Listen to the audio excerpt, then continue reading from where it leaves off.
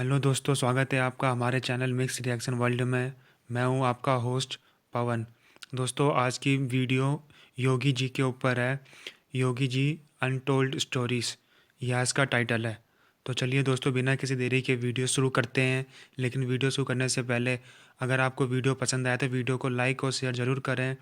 और अगर आप चैनल पर नए हैं तो आपसे रिक्वेस्ट है, चैनल को सब्सक्राइब ज़रूर करें। तो मिलते हैं दोस्तों वीडियो के अंत में।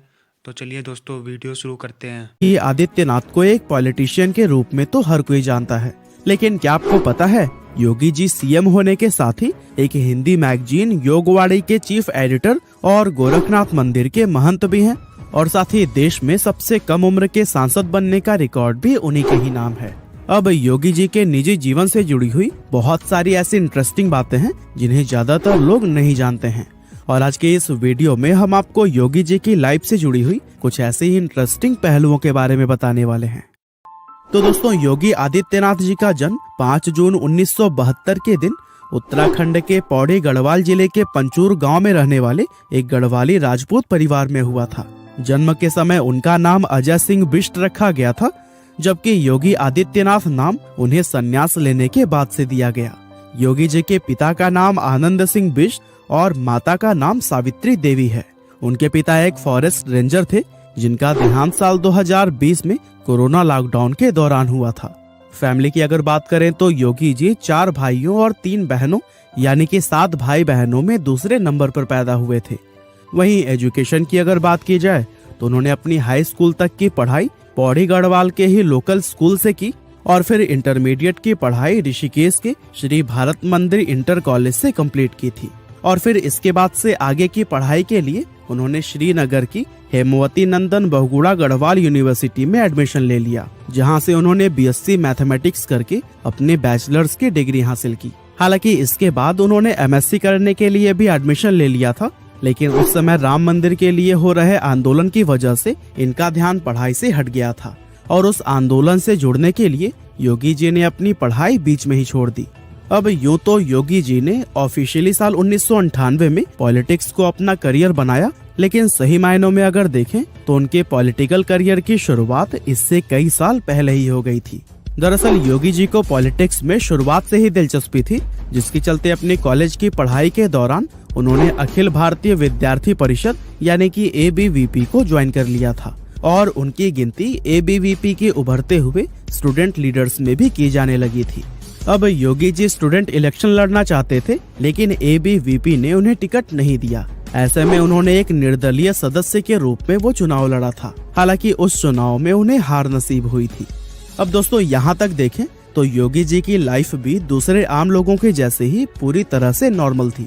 यहाँ तक कि उस समय वे खुद भी अपनी पढ़ाई पूरी करने के बाद से कोई अच्छी जॉब करते हुए अपना जीवन बिताना चाहते थे। लेकिन फिर तभी कुछ अचानक ऐसा हुआ जिससे कि उनकी लाइफ हमेशा के लिए बदल गई। दरअसल हुआ यह कि जब वे कॉलेज में थे तभी अयोध्या राम मंदिर मूवमेंट तेज हो गया था, और चूंकि योगी जी खुद भी शुरुआत से ही राम मंदिर निर्माण के पक्ष में थे, इसीलिए उस मूवमेंट में अपना योगदान देने के लिए साल 1990 में उन्होंने यह आंदोलन ज्वाइन कर लिया था। और इसी दौरान उनकी मुलाकात महंत अवैधनाथ जी से हुई थी, जो कि उस समय गोरखनाथ मंदिर के प्रधान पुजारी व पीठाधीश्वर थे। योगी जी महंत अवैधनाथ जी से मिलकर इतने प्रभावित हुए कि उन्होंने अपना पूरा जीवन उनका शिष्य बनकर बिताने का निर्णय ले लिया, और इस तरह सिर्फ 21 साल की उम्र में उन्होंने अपने घर पर बिना बताए सांसारिक जीवन से संन्यास लेकर महंत अवैधनाथ जी के आश्रम को ज्वाइन कर लिया था। महंत अवैधनाथ जी खुद भी योगी की विचारधारा और इतनी कम उम्र में उनके पैशन को देखकर काफी ज्यादा इम्प्रेस हुए, जिसके चलते 15 फरवरी 1994 के दिन उन्होंने योगी जी को नाथ संप्रदाय की गुरु दीक्षा देकर उन्हें अपना शिष्य बना लिया था, और इस तरह से उनका नाम अजय सिंह से बदलकर योगी आदित्यनाथ हो गया। इसके बाद से योगी जी सच्चे मन से अपने गुरु की सेवा में लग गए, और साथ ही उन्होंने आश्रम का पूरा कार्यभार भी अपने खुद के कंधों पर ले लिया। और दोस्तों, ऐसे ही योगी जी की सेवा को देखते हुए सिर्फ कुछ ही समय में महंत अवैधनाथ जी ने उन्हें अपना उत्तराधिकारी घोषित कर दिया, और साथ ही सन 1998 में उन्होंने योगी जी को अपना पॉलिटिकल वारिस भी बना दिया।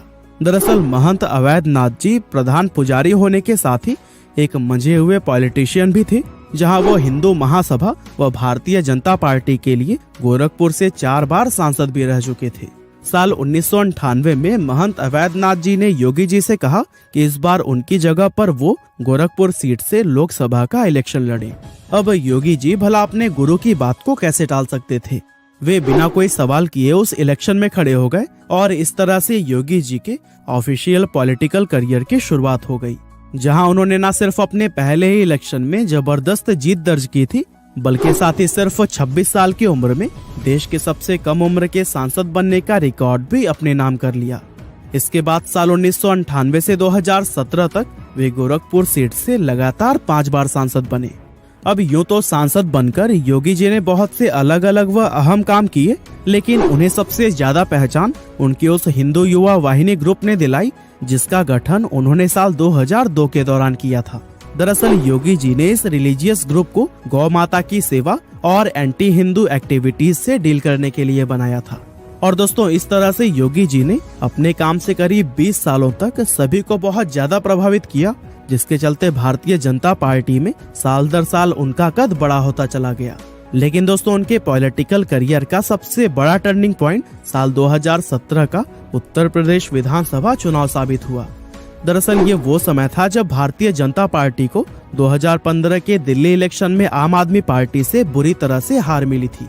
ऐसे में पार्टी के लिए 2017 का यूपी इलेक्शन बहुत ही ज्यादा इम्पोर्टेंट हो गया था और बीजेपी किसी भी हाल में इस इलेक्शन को हारना नहीं चाहती थी। तो दोस्तों, अब बीजेपी के सामने सबसे बड़ा सवाल यह था कि यूपी में सीएम का चेहरा किसको बनाया जाए। और इस सवाल के जवाब के लिए 2016 में गोरखनाथ मंदिर के अंदर एक मीटिंग की गई, जिसमें कि बीजेपी और आरएसएस के सभी नेता शामिल हुए थे और सभी ने आपस में मिलकर यह फैसला लिया कि इस बार बीजेपी की तरफ से यूपी के सीएम उम्मीदवार योगी आदित्यनाथ जी होंगे। और फिर योगी जी के नेतृत्व में भारतीय जनता पार्टी ने यूपी के अंदर पूर्ण बहुमत से किस तरह से सरकार बनाई, वो सब तो हम सभी लोग जानते ही हैं। अब आज योगी जी सिर्फ यूपी के सीएम ही नहीं, बल्कि गोरखनाथ मंदिर के महंत भी हैं।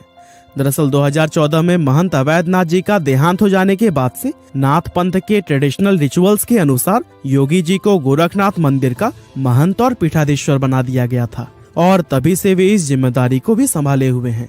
इसके अलावा योगी जी योगवाड़ी नाम के एक मंथली मैगजीन के चीफ एडिटर भी हैं। साथ ही वे यौगिक षटकर्म, हठ योग, हिंदू राष्ट्र नेपाल, वर्तमान एवं भविष्य और राजयोग जैसी कई किताबें लिखकर उन्हें पब्लिश भी कर चुके हैं।